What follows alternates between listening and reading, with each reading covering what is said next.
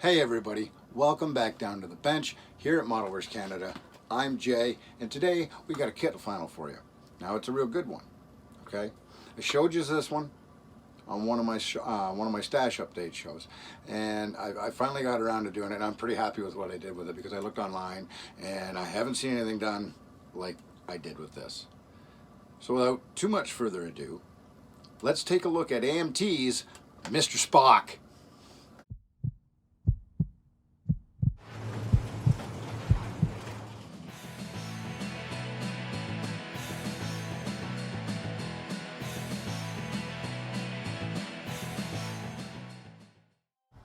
Leonard Nimoy played the character Mr. Spock on Star Trek, the original series, and the movies from 1964 to 2013. And sadly, we lost Mr. Nimoy in 2015.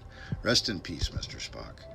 This kit from AMT was issued, I believe, in either the 60s or the 70s, and it was reissued again not too long ago, and it came in a lunchbox, a metal lunchbox. You can see Spock's got all the accoutrement that the science officer would have. He's got the communicator there, and here you see his phaser. He's drawn because he's trying to defend himself from these snakes. And here you can see the tricorder still neatly tucked in its pouch.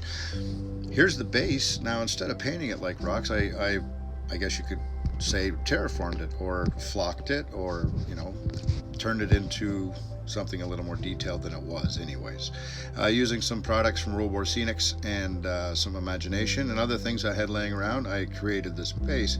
The rocks here, the big ones, I wanted to look kind of like a ruby, but not really translucent like a ruby. I just wanted them to have that kind of red gleam to them that, you know, you might get. I don't know. It's Star Trek and it's an alien planet, so I mean, it's all up to us what we want to put on here and what we want to do with it.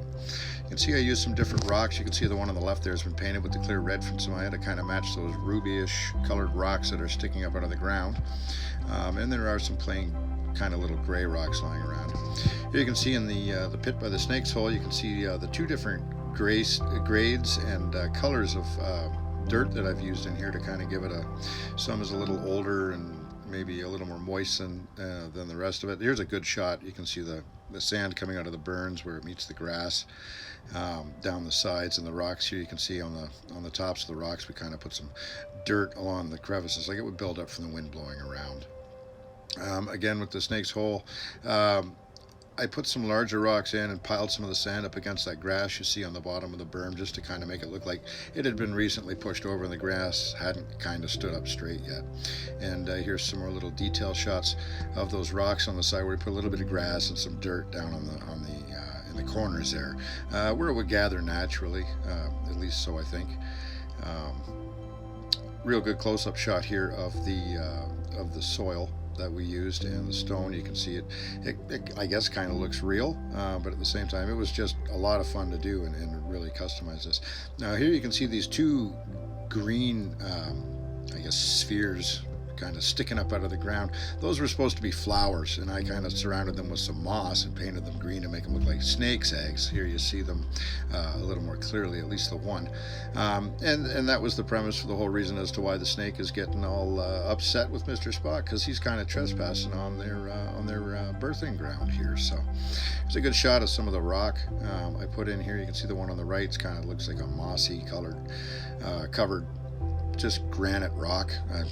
Don't know where it came from, but you know, it ended up here with all these red rocks, and you can see we got some little rocks and gravel off to the side there, kind of all piled in. Here's the snakes. Now these were fun to paint. I had to paint them a couple times. I wasn't too happy with the first time, and this is done with Model Master British Racing Green as the base for the snake. That's what gives it that really black appearance underneath the top coats, and the top coats are dabbing on again the silver, the chrome silver with a sponge and almost like a dry brush, and then the Tamiya clear green, and that's what gives it this look, this shimmer that kind of looks like snake skin. So you can see all three of them here from the front, the big old teeth sticking out, and yeah, that was kind of interesting to paint these up, getting in that middle head. I ended up, because I had to repaint it, I had already assembled the snake body, so I had to paint that middle head with a brush in between the other two heads. Not that you know, it's all that difficult, but it's challenging.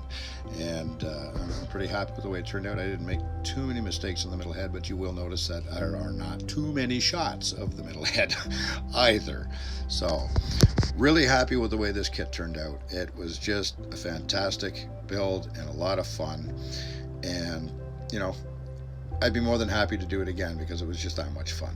I really hope you enjoyed the slideshow here, and really hope one of you at least picks this up. All right, there you go. We'll put a wrap on Mr. Spock from AMT and call it done. Really, really had a lot of fun doing this kit.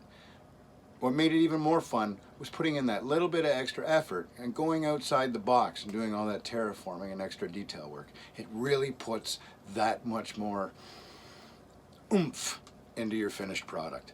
So for those of you just getting into the hobby and stuff, always try and think about making yours a little bit different than anything you've ever seen. Kind of put your own personal touch to it, put that little bit of extra effort into it, and you'll end up with something you're really proud to put up on your shelf. I appreciate everybody stopping by, and I appreciate the fact that the subscriber count has jumped up to 173. That's totally awesome, and I'm really happy about it. And I'd just like to say thanks to everybody who continuously comes back and watches the show. And thank you very much if it's your first time stopping by today. Okay? Until next time, I'm Jay. Don't forget to challenge yourself.